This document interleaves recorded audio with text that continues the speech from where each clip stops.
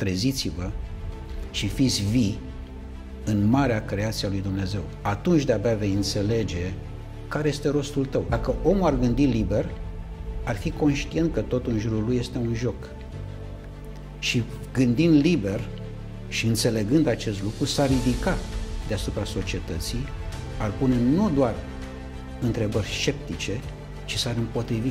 Una este să vorbești despre cale sau să cunoști calea și alta este să mergi pe ea. E o diferență foarte mare. Pentru că singura dovadă existentă lăsată de Dumnezeu este experiența. Nu este suficient să crezi în Dumnezeu, este lupți pentru El. Dumnezeu este iubire, este cea mai puternică definiție posibilă. Iubirea are legătură cu libertatea. Oamenii fiind manipulați să intre în minte și să stea în minte și-au pierdut spiritul de libertate. În 1930 a fost un propagandist, Edward Bernays, care a fondat, de fapt, niște concepte noi sociale și oamenii de atunci au început să consume diverse programe TV și atunci a început însămânțarea acestei influențe globale. Astăzi, nepotul acestui domn este creatorul și proprietarul trustului Netflix și acum se face o influență la nivel planetar.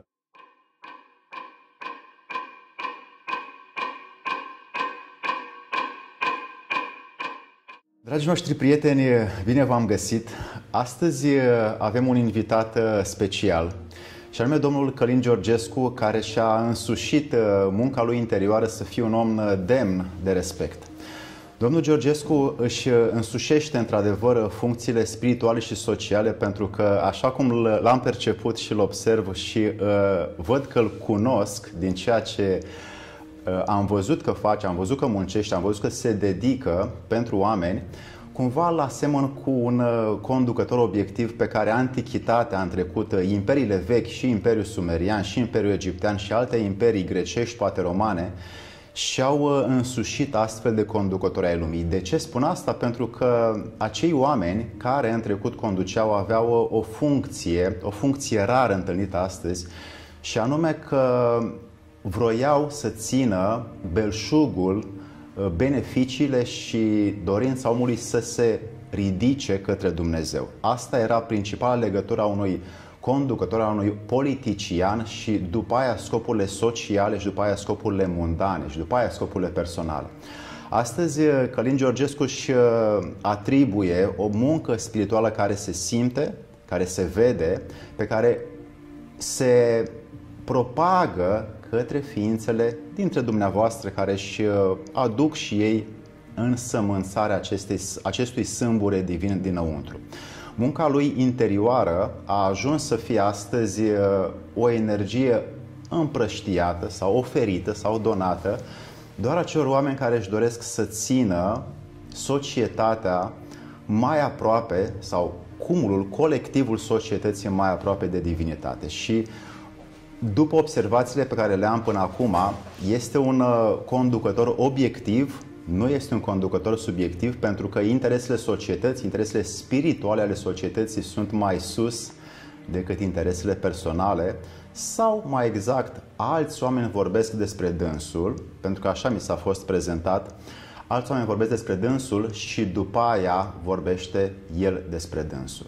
Astfel, m-am gândit să vă propunem un subiect incendiar astăzi care să aducă, poate, și șocuri necesare dezvoltării spirituale pe care, și sociale pe care probabil vă doriți, și din punct de vedere material și din punct de vedere spiritual, pentru că trăim pentru oameni și trăim printre oameni întru totul. Domnul Georgescu, bună ziua! Bună ziua! Mulțumesc de invitație!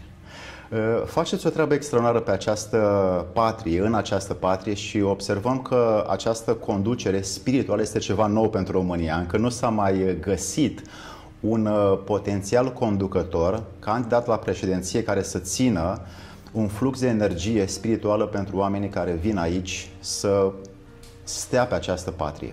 Este într-adevăr un lucru de menționat, ce spuneți, pentru că primele piese pentru un conducător de care trebuie să țină cont, primele elemente esențiale sunt categorii diplomația, leadership-ul și naționalismul.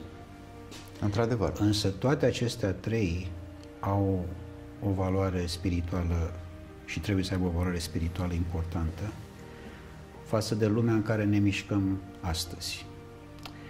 Vedeți, leadership-ul, mă refer doar la el, este de a rezolva probleme și nu de a crea probleme. Ceea ce vedem cu ochiul liber ce se întâmplă în jur. Iar naționalismul și diplomația sunt esențiale pentru a înțelege ceea ce Eminescu numea,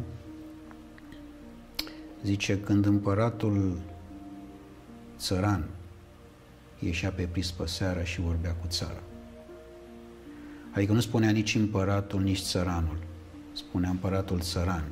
Era forma metafizică a relației comunitare, ceea ce lipsește astăzi cu desăvârșire. În lume, nu doar în România.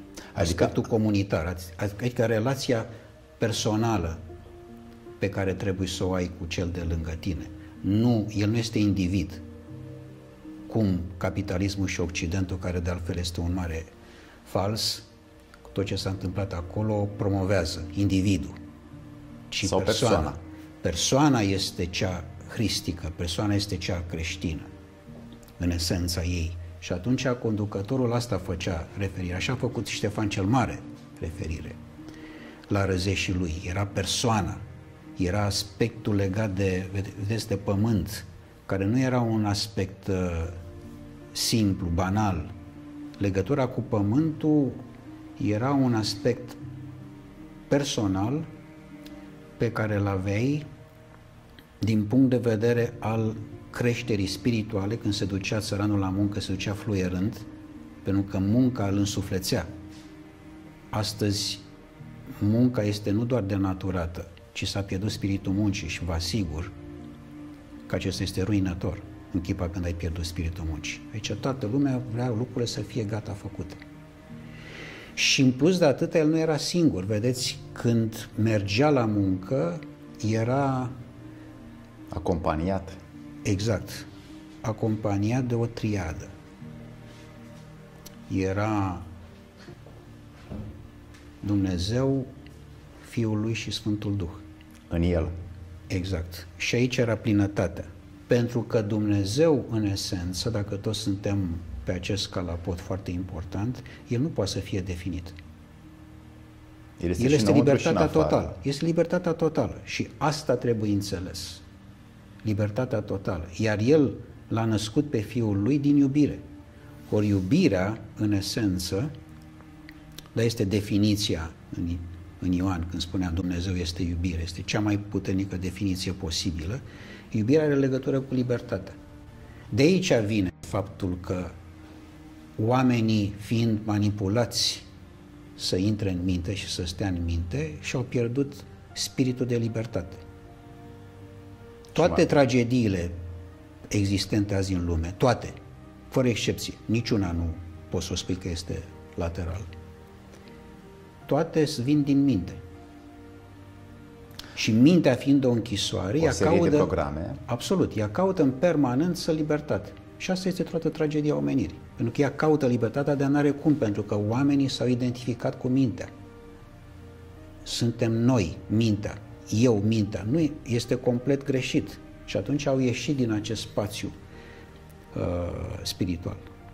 Vreau să vă întreb, de ce ați ajuns să promovați o lume spirituală într-o țară care aparent nu pare încă a fi pregătită ca un colectiv foarte mare de oameni să susțină o muncă spirituală în folosul conducătorilor sau în folosul lui Dumnezeu? Nu cred. Poporul român este foarte pregătit pentru așa ceva. Este o chestiune doar latentă. Și îl pregătim și mai bine. Este o chestiune de timp. Orice lucru se face cu răbdare. Știți, și faptul că au fost promovate numai ilegalități a durat ceva. De sute de ani. Pe media. Ok, ne întoarcem după aceea la asta, dar și faptul că te întorci își cere timp ca să te întorci la lucrurile legale, la lucrurile hristice. Nu ai ce să judeci, pentru că singura judecată este a lui Dumnezeu. Nu ai de ce să te răzbuni, pentru că nici răzbunarea nu este a ta. Acest lucru al non-judecății, după valorile pe care le observ în lumea întreagă ca fiind eleganța, diplomația, iubirea și respectul între oameni, care ar trebui să fie ajutul pe aproapele ca pe tine însuți, ar trebui să fie de fapt un sens al conduitei colectivului. Și astăzi, ca să-ți ajuți aproapele, trebuie să ai o relație cu Dumnezeu foarte puternic. Nu ai cum să-L ajuți altfel. Este imposibil. Vedeți, nu este suficient să crezi în Dumnezeu. Trebuie să te lupți pentru El. În momentul în care ființele umane vor fi conștiente, atunci de-abia iubirea va fi omniprezentă. Dar pentru asta trebuie să lupți de a deveni conștient. Și problema este, la ceea ce a spus mai devreme, este că oamenii refuză să lupte. Ce înseamnă această luptă sau această muncă pe care o au de făcut? Înseamnă prezentul. Vedeți, esența vieții, de-aia am spus de foarte multe ori, căutați esența, nu aparențele ei. Esența înseamnă actualul prezent. Acum noi vorbim. Din această clipă urmează următoarea. Și problema esențială este că nu se înțelege exact. Nu înțelegi clipa, momentul, pentru că acesta este ceea ce se spune în această stare spirituală, că acum este singurul moment, acum este singurul timp, el nu trece niciodată, acum este eternitatea. Noi trecem prin el. Noi nu înțelegem că el este prezent și stăm în minte și aici pierdem. Și în momentul în care ai stat în minte, v-am spus mai devreme, ai pierdut totul. Și vreau să menționez că tot acest sistem oligarhic globalist, el știe cum funcționează corpul. Și nu îți dau voie să trăiești în lumea în care totul este posibil. Ar fi posibil dacă suntem conștienți. Nefiind conștienți și rămânând 99,99% din populația lumii este nefericită. De ce? Pentru că stă în stomac, în mâncare, în media și în frică. Și stând în acestea trei, el nu are cum să realizeze ce se întâmplă cu el. Nu are timp să realizeze, nu are spațiu. V-am spus încă o dată. Deci, adică revin încă o dată. Ei nu dau voie ca să trăim în lumea în care totul este posibil. Acum nu este posibil, nu sunt posibile multe lucruri, pentru că noi stăm în minte. Și toate războaiele existente azi în lume, și nu astăzi, că sunt de 2000 de ani.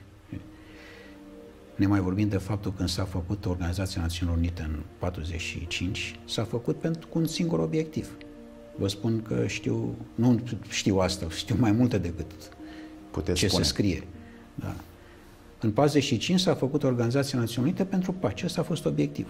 Ca să nu mai fie așa zisele război, care toate au fost comandate, și primul și al doilea război mondial. Au avut un obiectiv precis. În spatele oricărui război stau bancherii. Să ne înțelegem bine. Războaiele sunt făcute pentru a se finanța. Și pacea n-a fost deloc. Din 1945 până astăzi, când noi doi vorbim, ce dată este asta? 16 mai, nu? Da.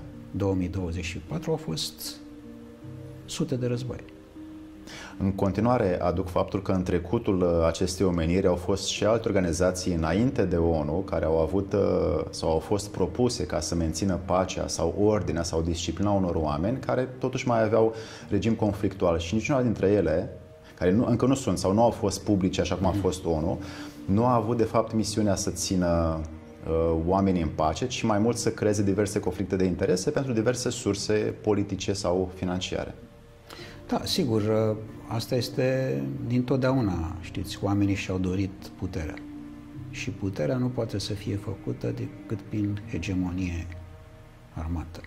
Lucru pe care l-au făcut și îl fac în continuare câteva țări foarte mari. Însă acest bal al celor avizi după putere, ca să nu spun altceva, a luat sfârșit. E o chestiune doar de timp și eu spun atât, ferice pentru cei ce nu au văzut și au crezut. Asta este cel mai important lucru. Pentru că lumea vrea să vadă și apoi să creadă. Văd și piramidele egiptene. Că sunt mulți Iuda printre noi. Revin. Văd și piramidele egiptene care nu au fost încă folosite. Pentru ceea ce au fost create. Centre de energie Am spus de atâta. Deci, exact. Deci văd piramidele egiptene și nu au fost încă folosite. Așa cum astăzi, dacă îl așez pe unul în fața piramidelor, el spune că nu sunt. Așa cum, de altfel, bogăția nu s-a făcut pentru bogați. Bogăția s-a făcut pentru a crește, pentru a se dezvolta din ce în ce mai mult. Dar n-a fost făcută pentru bogați. A fost făcută pentru a spori. Ați înțeles, bogăție. Este o diferență foarte mare. Ori acest parcurs trasat prin manipulare a luat sfârșit. Ceea ce se întâmplă astăzi în lume este finalul în care, de fapt, așa cum Pilat a anunțat poporul pe cine vrea să-l eliberez, pe Barabas sau pe Hristos, a fost ales Barabas. Și de 2000 de ani este ales Barabas în funcțiile de conducere. Asta este singura chestiune. Ați menționat într-unul din videourile dumneavoastră că Dumnezeu poate fi privit din două moduri. Din exterior poate fi privit în corpul uman și din interior poate fi privit prin conștiință. Și după ce am ascultat acest lucru, am pus pauză și am rumegat-o, am tălmăcit-o. M-am gândit care ar fi sensul unui om de rând care vede acest video sau unui om de înaltă clasă care vede acest video, că cum mai exact să-L vedem noi pe Dumnezeu în corp și să-L vedem mai exact prin conștiința noastră? Care ar fi factorul determinant din această situație pe care noi o avem? Știți, Iisus Hristos nu și-a ales ucenicii din cărturari mari erudiți, învățați. I-a ales oamenii simpli, păstori, pescari, tâmplari, el însuși fiind tâmplar. Și asta pentru că conștiința conștientă vine din lucrurile simple. Întoarcerea la simplitate, spune Ernest Berne. Pentru că, v-am spus mai devreme, totul în jur este Dumnezeu, vă spun cu alte cuvinte, Dumnezeu este totul. Și Dumnezeu, neputând să fie definit, fiind întreaga libertate, deci neavând cum să-L definești, a spus, celebru, a spus Blaga, zice: eu nu strivesc corola de minune a lumii și nu ucid cu mintea mea lucrurile fine, despre asta era vorba, lucrurile de, știți, de senzație, lucrurile mistice, pe care viața ți le dă, pe care viața ți le dă. Și el le asimila, el nu le ucidea cu mintea. Exact, despre asta e vorba. Ori noi le ucidem cu, distrugem tot ceea ce nu înțelegem. Noi ucidem cu mintea, cu gândul. Cel mai important lucru, eu sunt gândul meu. Dacă realizezi acest aspect, totul va funcționa bine pentru tine și pentru noi ca umanitate. Ideea este una singură, că oamenii nu înțeleg puterea gândului. N-au fost învățați la școală despre el. Școala este menită să ucidă libertatea. Cea instituțională, educațională. Poftiți? Cea instituțională, educațională. Cea de stat. Nu, toată școala. Se face o confuzie mare între școală și educație. La baza educației, ca și la baza școlii, stă un singur cuvânt: entuziasm. Care este pentru asuprit. Ce, spuneți-mi mie, un cântăresc la pian sau cel care își dorește să fie pianist are nevoie de integrale și de trigonometrie? Sau să dea bacalaureatul în așa ceva? Este inutil. Deci nu se înțelege genialitatea. Faptul că toți copiii au fost născuți genii. Și așa a fost, s-a spus. Zice, deveniți iar copii, a spus Hristos. Pentru că aici vine libertatea mare de conștiință, în copil. Noi nu mai suntem capabili să punem întrebări, pentru că în momentul în care s-a născut copilul, a intrat direct în structura manipulării. Imediat, pe loc. De când este înregistrat. De când este născut. De fapt, dinainte aproape de naștere, pentru că este manipulată mama. Atunci când se naște un copil, se nasc două ființe, de fapt. Mama și copilul. Nu doar copilul.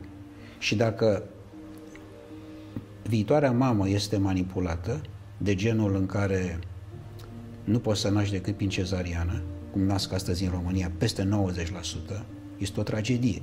Știți de ce? Pentru că se rupe firul divin. Cordonul umbilical. Și mai mult de atâta, tu consideri și accepti că peste 90% sunt bolnave. Și mai ales că niște institute foarte mari din Rusia au arătat faptul că acel gel pe care mamele îl pun ca să facă ecografie, de fapt modifică structura acidului dezoxiribonucleic a ADN-ului și prin acele sunete care sunt foarte firave și non-invazive, sunt perpetuate pe media, de fapt nu ar face deloc rău copilului, dar de fapt cele institute din Rusia au arătat și au demonstrat faptul că toți copiii care au parte de ecografii 3, 4, 5 în timpul sarcinii, nu mai se dezvoltă ADN-ul care ar trebui să se perpetueze în celule atât de des și atât de mult toată viața, încât este deja alterat încă de acolo. Lucrurile sunt foarte complexe la capitolul ăsta și sigur asta face obiectul unui subiect separat. Însă, în esență, despre asta este vorba. Cert este un lucru că oamenii nefiind sceptici, este cel mai important lucru, nu sunt capabili să pună întrebări, atunci acceptă ceea ce li se oferă. Și li se oferă din multe surse. Și dacă nu ești sceptic, dacă nu te revolți, dacă nu te opui în sensul nu de a te opune pur și simplu, ci de a te opune în sensul de a gândi înainte să acționezi sau înainte să primești, nu poți să ai progres. Vedeți, astăzi binele este numit rău și rău este numit bine. Și aici se deviază atenția oamenilor prin acest mod. Și atunci, practic, eu vă spun că nu toți pot fi deconectați ca să iasă din sistem. Matrix-ul este sistemul. Sistemul în care ne aflăm. O să revin imediat asupra lui. Deci nu toți pot fi deconectați, pentru că nu sunt pregătiți pentru așa ceva, în special din non-educația venită. Iar noi nu mai suntem stăpâni pe minte. Am pierdut-o. Este ca un PC în care s-a intrat în calculator. S-a modificat. Și acolo, practic, ei îți controlează gândurile. Asta trebuie să înțeleagă lumea.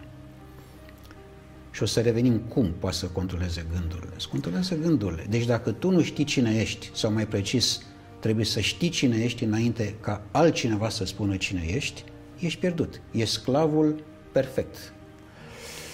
Și concluzionez spunându-vă așa, mulți vorbesc, inclusiv din așa zi și politicieni astăzi, de diverse lucruri de-astea existente în lume. Una este să vorbești despre cale sau să cunoști calea și alta este să mergi pe ea.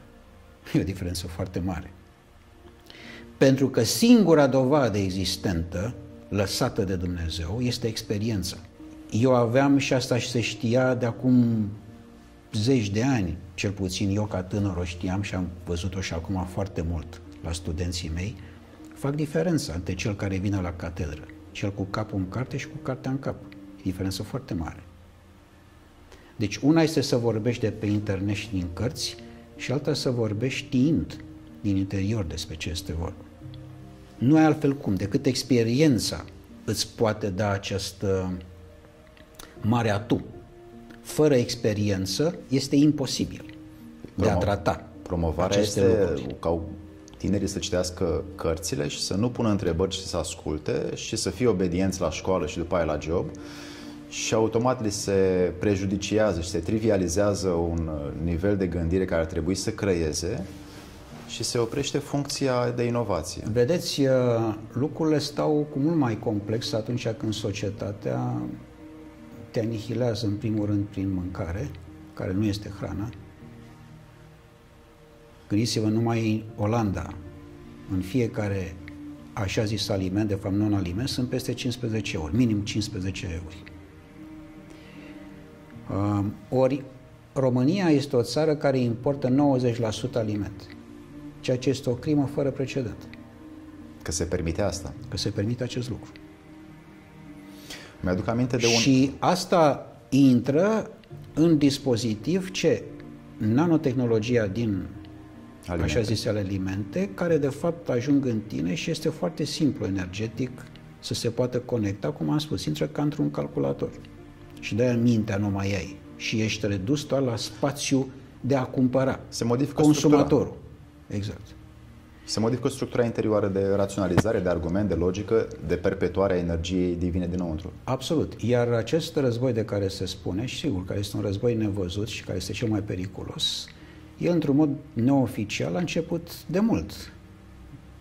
Asta nu se înțelege. De fapt, cam prin anul 2000, orientativ așa. Atunci când cele două turnuri gemene au căzut din motive, sigur, care nu pot fi comentate pe spațiul acesta mediatic care este îmbâxit de propagandă. Chiar domnul Trump a afirmat faptul că acele turnuri gemene de fapt nu au fost un atac terorist și se poate verifica și online și el afirmă că de fapt a fost un declanșator al unei structuri interioare și să cadă. Lucrurile sunt foarte clare, dar cum spuneam, lumea, adică nu înțelege că trebuie să lupți în fiecare clipă de a fi conștient și în fiecare clipă, atenție, poți scădea. În fiecare clipă poți scădea. Deci la ce gând îmi folosește conștiinței mele și la ce gând nu îmi folosește conștiinței mele. Despre asta este vorba. Ori acest lucru este esențial pentru o ființă umană. Ființele umane... Asta e o vigilență foarte puternică pe care puțini oameni o au. Da, dar poți să fii pregătit pentru așa ceva. Și nu ai cum să fii pregătit atâta timp cât sunt răni imens de multe în această lume. Și mai ales în structura interioară a omului. În structura interioară. Și foarte mulți dintre noi nu sunt pregătiți pentru așa ceva, pentru că nu și-au vindecat rănile interioare, inclusiv din cei care dețin puterea astăzi. Și atunci noi practic alegem ceea ce ne caracterizează, respectiv exteriorul arată interiorul nostru. Asta este marea dramă pe care o trăim și pe care nu o înțelegem. Îți alegi conducătorii pe care interiorul tău îi promovează, conducători în ghilimele, deținători de putere, să spunem. Conducători de glie, cum vă spuneam, apropo de Eminescu, sunt doar cei care sunt în spiritul lui Hristos, sunt în spiritul acestui pământ, sunt în spiritul elementului precis divin. Deci în momentul în care nu înțelegi divinitatea din interior și în exterior, nu ai cum să conduci. Vedeți, în primul rând trebuie să fii în slujbă, să servești poporul și apoi să-l conduci. E o diferență foarte mare. Această servire, cum poate ea fi făcută încât să servească sufletului, dar și părți materiale a ființei umane? În momentul în care sufletul tău se înalță, materialul vine singur. Când ai obiectivul material, este imposibil să faci așa ceva. Și aici este marea dramă, să știți. Marea dramă existentă. Aici, adică războiul este pentru acest război nevăzut, de care vorbeam amândoi mai devreme, este pentru a distruge, în primul rând, creștinătatea și naționalism. Acestea sunt cele două obiective. Oriunde. Și se vede asta cu ochiul liber. Asta s-a încercat permanent. Și aici s-a ajuns. Și este diferența foarte mare pe care capitalismul, care spuneam, și Occidentul, care este un fals, un fake, cu tot ce s-a întâmplat până acum, o promovează. Diferența între obiect marcat de capitalism și lucru, care vine din lucrare, pe care naționalismul creștin, pur sânge și practic elementele hristice îl au. Da? Și tot acest ansamblu este exact diferența între adevărul științific, cel care vine autoritate și spune asta este, exact cum au făcut-o cu COVID-ul, și adevărul hristic, care nu are nicio legătură cu adevărul dat de autoritate. Nicio autoritate nu poate să pretindă că spune adevărul, pentru că adevărul însuși este autoritate. Și atunci cei care îl promovează au demonstrat că această știință este de fapt coruptă. Știința este coruptă în esența ei, prin tot ceea ce s-a întâmplat. Pentru că foarte multe universități primesc granturi de la guvernele lumii și ca afli să studieze. Cine plătește aceste granturi, cine finanțează aceste cercetări. Ei vor niște rezultate. Da, numai că rezultatele sunt, cum vă spuneam, și că apar foarte mult imaginile astea. Cercetătorii din Universitatea X au demonstrat că mintea este nu știu cum, sau ce vor ei să spun. Și asta o promovează pe media, care a devenit practic puterea numărul 1. Instrumentul de propagandă. Influență. Însă vor cădea în propria propagandă. Îmi aduc aminte de un lucru pe care l-a spus însuși Toma, cred că în Evanghelia după Toma, care este din ceea ce știu o Evanghelie gnostică, a spus că blestemat fie omul care este mâncat de leu și binecuvântat fie omul care mănâncă leul. Leul fiind acea parte impulsivă pe care omul o are și care la noi este oferită foarte mult de către propaganda pornografiei, de către propaganda alimentară, de către propaganda înțepăturilor din vaccinuri și așa mai departe. Și acolo există oameni care nu mai au funcția necesară de a-și critica singuri propria existență, de a ști pe ce loc se află în raport cu divinitatea. Ce șansă au acei oameni să iasă din acel mediu toxic în care, vrând nevrând, au ajuns să trăiască și să fie influențați toate aceste medii și să-și însuflețească, să-și îndumnezeiască ființa din ei? Totul s-a creat pentru a fi singur. Sesizați aspectul? Merg mai departe la ce a spus ca exemplu și vă dau un răspuns mai precis. Uitați-vă în mall. Oamenii din mall sunt singuri. Ei nu au nicio relație cu nimeni. Nu există o relație. Acolo sunt niște indivizi, exact ce și-a dorit Occidentul. Prin acest stadiu de a fi obiect, adică de a fi impersonal, de a fi neutru. Uitați-vă așa zisul concurs Eurovision. De cine a fost câștigat? Așa zis, câștigat. Mă rog, las-o cum vreți. Adică lucrurile au mers cu o toleranță foarte mare,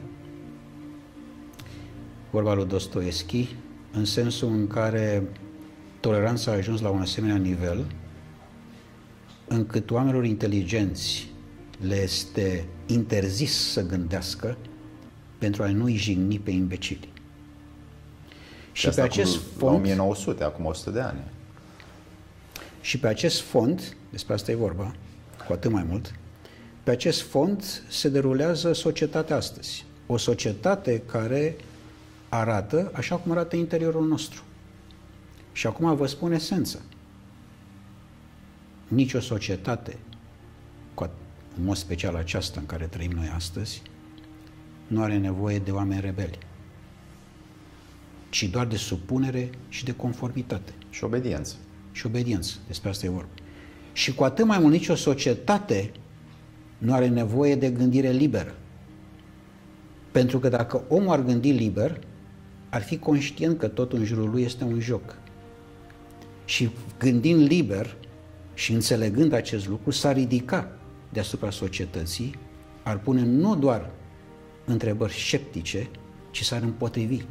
Și v-am spus mai devreme, fără a te împotrivi, fără a fi rebel, nu are cum să fie progres. Occidentul a dorit individul, adică uniformitate. Toți suntem la fel. Și ne-a separat pe toți în... Partea creștină, exact, divinitatea, spune unic. Suntem unici fiecare. Și suntem persoane, nu indivizi. E diferență foarte mare. Noi am decăzut din persoană în individ, acceptând plăcerea, nu jertfa. Asta este marea diferență existentă. Dar eu vă spun că acest lucru este la final. Ei pot să facă orice. Nu au cum. Jertfa și sacrificiul o aduceau conducătorii, iar plăcerea și impulsurile o aduceau sclavii. Dincolo de conducători, o aducea fiecare în parte. De aceea, proiectul de țară pe care eu l-am propus, Hrana, Apă, Energie, poporului român acum 14 ani, se referă la întoarcerea la comunitate, de a fi împreună, de a bate cărarea împreună. Cărarea între vecini era înainte atât de bătută că nu era fir de iarbă. Acum este plină de buruieni și cu garduri super înalte. Gardul de aceea era mic. Te uitai la vecin, vorbeai cu el.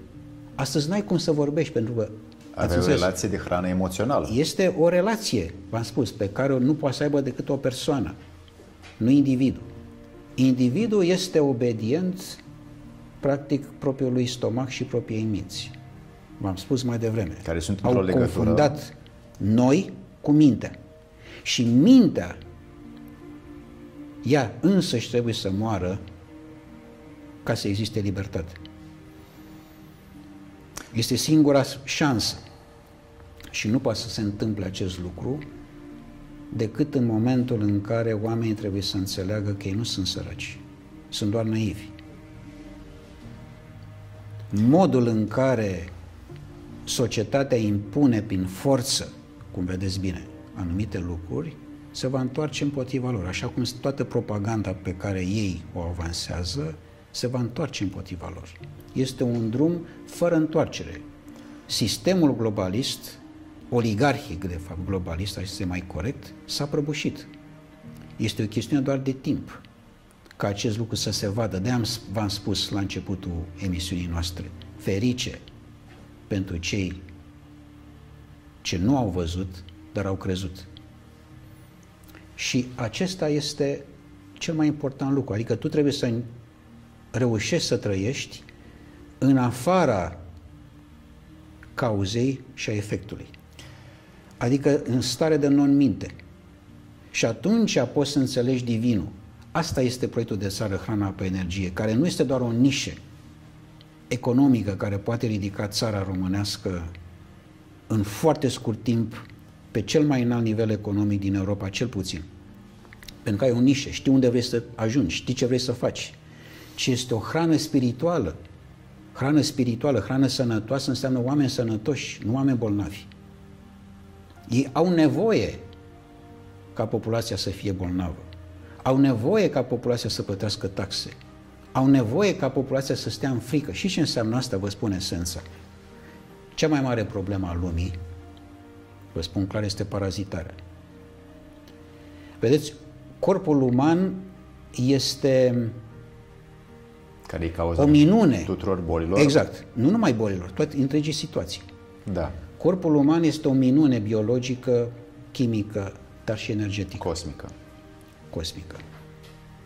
Nu vorbim doar de lucruri biologice apropo de paraziți interiori, ci vorbim de faptul că sufletul omenesc este o energie. Corpul își primește energia nu din mâncare, cum se spune, ci de la suflet. Aici este marea diferență pe care n-a fost încă realizată de către oameni. Și în acest sens, în momentul în care ți este frică, ai neplăceri pe care le trăiești, ai griji, ai permanent o stare de stres, asta înseamnă că ești parazitat energetic. Și faptul că ești parazitat energetic și fizic dovedește, în mod special energetic, de aici vine totul, dovedește că noi nu avem nevoie de energie. Omul însuși este energie. Determinarea. Și în momentul în care înțelegi acest lucru, ești capabil de orice. De-aia v-am spus că ei subjugă lumea ca să nu trăiască într-o lume, subjugă omenirea să nu trăiască într-o lume în care totul este posibil. Acum nu este posibil pentru că stăm în minte. Aveți o susținere spirituală? Aveți un background care v-a ajutat să ajungeți la aceste, după mine, rare concluzii? Lupta de a fi conștient tot timpul. M-au ajutat experiențele vieții, m-au ajutat situațiile în care am fost angrenat, pozițiile pe care le-am avut în decursul vieții internaționale în special.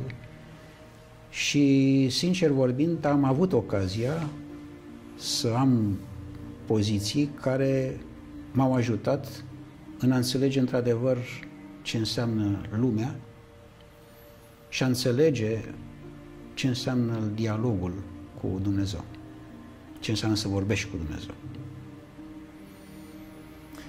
Și cum puteți să însămânțați această discuție cu Dumnezeu și în ființele umane care aparțin acestei glorioase și rare și frumoase și sacre țări pe care noi o deținem?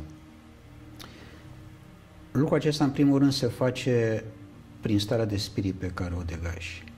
Nu contează atât de mult, contează, sigur, dar nu atât de mult ceea ce spui, ci cum o spui. Și simplu fapt că, vedeți, te adresezi poporului tău din inimă, cu inima deschisă, cu sufletul deschis. Puțin învață asta.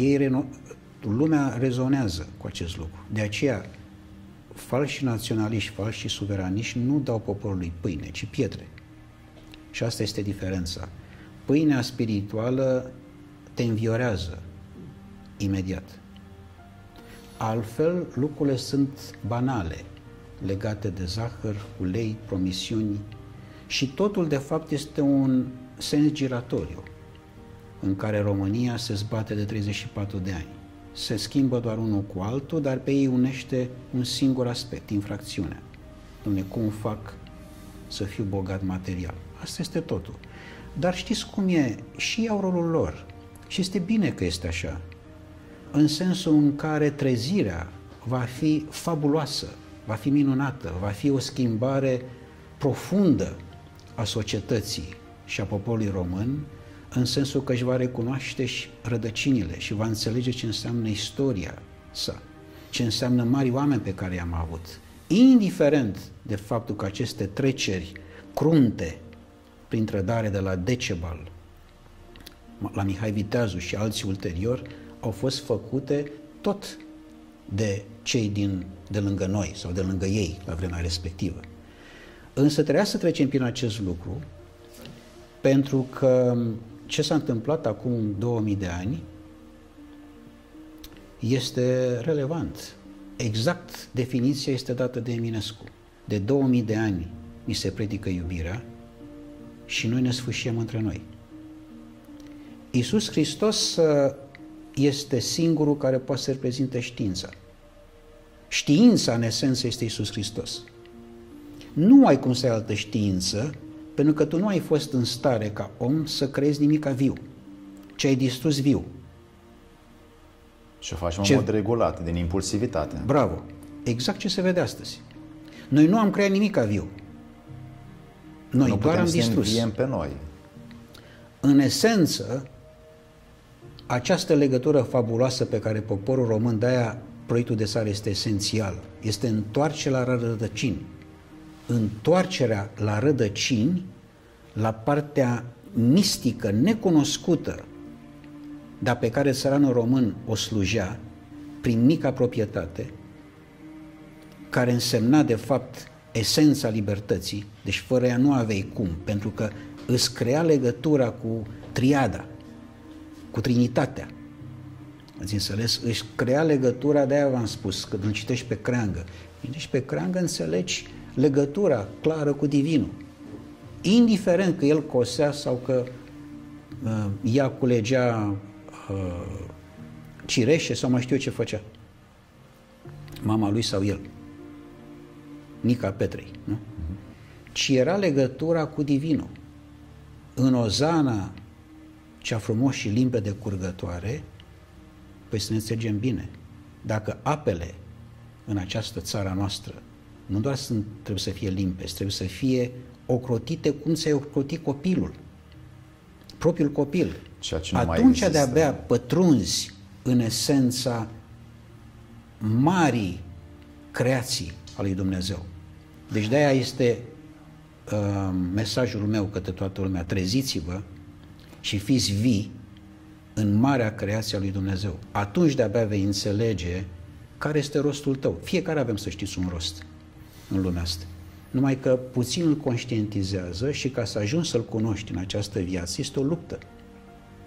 Este o luptă efectivă pe care dacă nu ești conștient să o faci pentru propria ta persoană, de fapt, fie vorba între noi, nu? Atunci tu, deșteptându-te, reușești să-i deștepți pe alții. Binele nostru comun nu poate să fie decât prin binele fiecăruia în parte. Nu se poate altfel.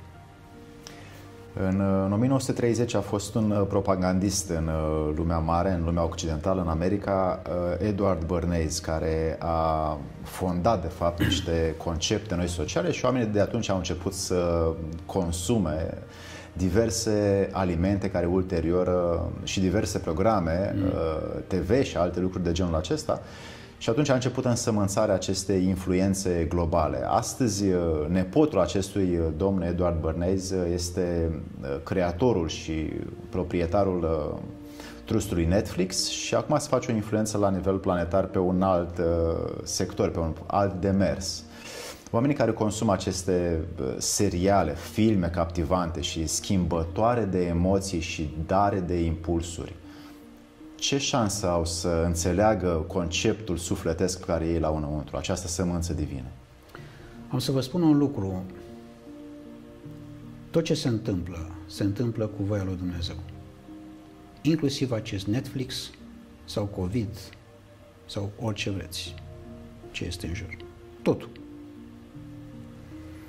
Deci aici este un plan divin pe care noi nu putem să-l înțelegem, dar ce pot să vă spun eu însă, este că s-a apropiat momentul pentru marea schimbare, în care oamenii vor reuși să fie conștienți și vor depăși momentul în care, știți cum e,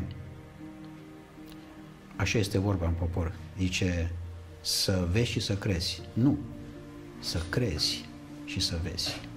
Și dacă într-o țară ca România, cu un trecut imens istoric, acest lucru se va releva, este exact ceea ce a fost hrăzit acestei țări să salveze o întreagă omenire.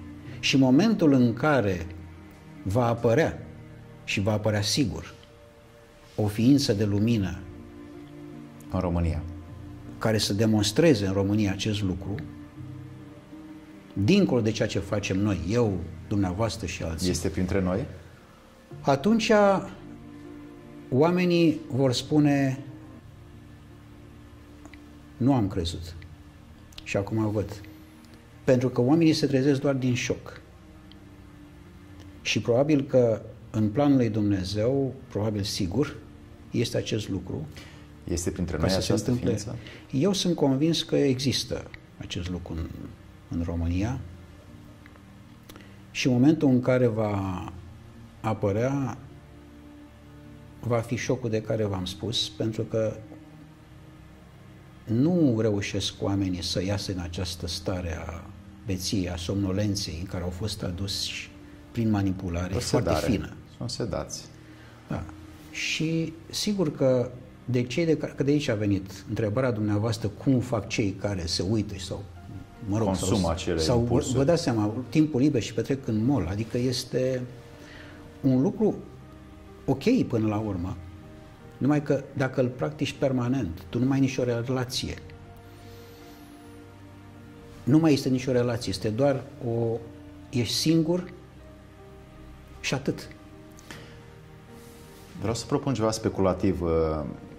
Nu cumva, așa cum în trecut noi suntem suma celor mai adaptate ființe ale trecutului planetei, nu cumva poate mai departe este necesară o astfel de influență la nivel global prin care noi să rămânem cei mai adaptați și restul să nu mai fie, iar cei mai adaptați să perpetueze specia pentru o viitoare planetă cu specimene, cu ființe spirituale foarte înalte, iar ceilalți care n-au putut să ducă să nu mai fie printre noi?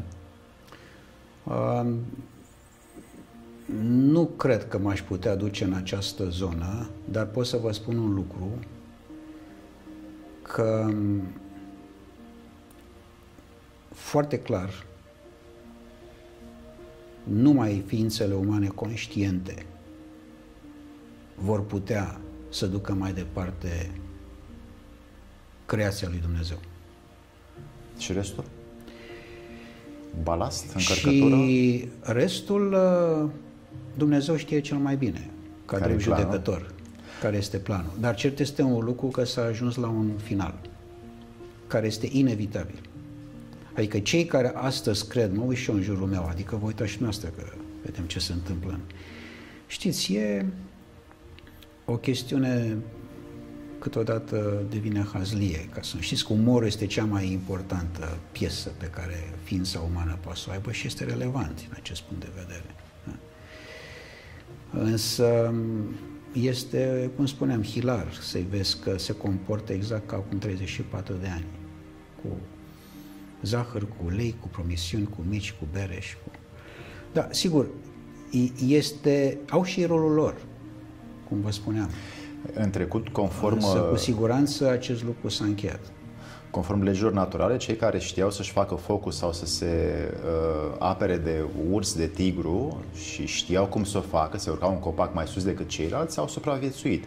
Iar ceilalți care nu știau să o facă, n-au supraviețuit. Deci cei care nu știau să o facă, presupunem că erau mai neadaptați, iar cei care știau să facă erau mai adaptați. Și noi suntem suma genetică a celor adaptați, pentru că acei adaptați am ajuns noi să ne perpetuăm astăzi. Și probabil, la un nivel foarte înalt, încă se menține această traiectorie, poate social-spirituală. Eu vă spun, numai cel care merge singur poate avansa spiritual. Numai cel care merge singur. Nu există altă formulă. Altfel accepți fel de păreri gata făcute sau contrafăcute și atunci mergi în cârje. Dacă ai merge cu părerile tale și cu gândul tău, ai merge cu membrele tale sănătoase. M-ați înțeles? Pe mine, mie redă-mă, a spus Seminescu. Fabulos, adică vreau să fiu eu, cel creat de Dumnezeu, de divinitate, să fiu eu însumi, pe mine, mie redă-mă. Așa era ruga lui. Și astăzi, dacă e să ne gândim doar la acest aspect al conștiinței noastre naționale numit Eminescu, România nici astăzi n-a făcut pace cu Eminescu. Nu e capabilă să facă pace cu Eminescu. Pentru că nu l-a înțeles. Încă. N-a înțeles ce putere divină a putut să stea printre noi. Și doar dacă iei ceea ce a spus el, să fim un stat de cultură la gurile Dunării, aceasta este esența și obiectivul principal al statului român. Nu poate să fie altul. Domnul Eminescu a avut o suferință foarte grea în ultimii săi 6 ani, 1883 până 1889, la Palatul Șuțu. A primit zi de zi o porție mică de un mineral care este foarte toxic și în decurs de 6 ani, în 15 iunie 1889, a murit. Cu 2 zile înainte de moartea sa, a avut parte de un interogatoriu care, de fapt, a însemnat ultimele sale cuvinte care au fost publice și sunt la Arhiva Statului Român, în care el prezintă faptul că potențialul său spiritual se accelerase și nimeni nu l-a mai înțeles. Astăzi vedem printre noi, printre faptul că există ca și dumneavoastră ființe care aduc lumina și aduc această zonă de politicieni sinceri, că politica este un instrument de a lega un proiect de oameni și oamenii de un proiect. Dumneavoastră legați oamenii și de Dumnezeu, dar și de proiectele lor personale. Așa că vă invit în ultimele 2 minute cam care este planul pe care îl propuneți pentru ființele umane cu drum spiritual din România. Trebuie să înțeleagă că lumina este sufletească și nu este flacăra lumânării. și nu poți să ai lumină dacă nu o chemi. Cum nu poți să intri în casa care este în beznă, trebuie să aprinzi lumina și atunci altfel vezi viața. Deci trebuie să înțelegem că lumina este totul. Sunt mulți care merg la biserică și probabil se roagă pentru dumneavoastră să ajungeți să conduceți un colectiv de suflete și de spirite și de ființe care să aibă pentru bunul mers al divinității un sens. Ce le-ați spune pe scurt să facă? Rugați-vă neîncetat și eu mă rog pentru ei. Trebuie să ne rugăm pentru o țară care înseamnă credință nelimitată în Iisus Hristos și în acest pământ strămoșesc, care are arhetipul necesar să ne dea să înțelegem că aici se află întreaga energia noastră, în el, în pământul strămoșesc. Domnule Georgescu, sunteți un exemplu, un om rar și să fiți binecuvântat în drumul dumneavoastră. Mulțumesc. În așa fel încât oamenii care vă vor cunoaște și vă cunosc deja să primească din această trăsătură spirituală cât mai mult și ei mai departe, să dea mai departe următoarelor generații care vin după noi. A fost o bucurie, o plăcere și o adevărată experiență pe care îmi doresc să ajungă la oamenii care sunt pe această direcție spirituală și socială, să contribuie suflet la suflet și sper să facem o treabă bună mai departe. Mulțumesc eu. Multă bucurie și multă plăcere. De asemenea. La revedere, prieteni! O zi frumoasă!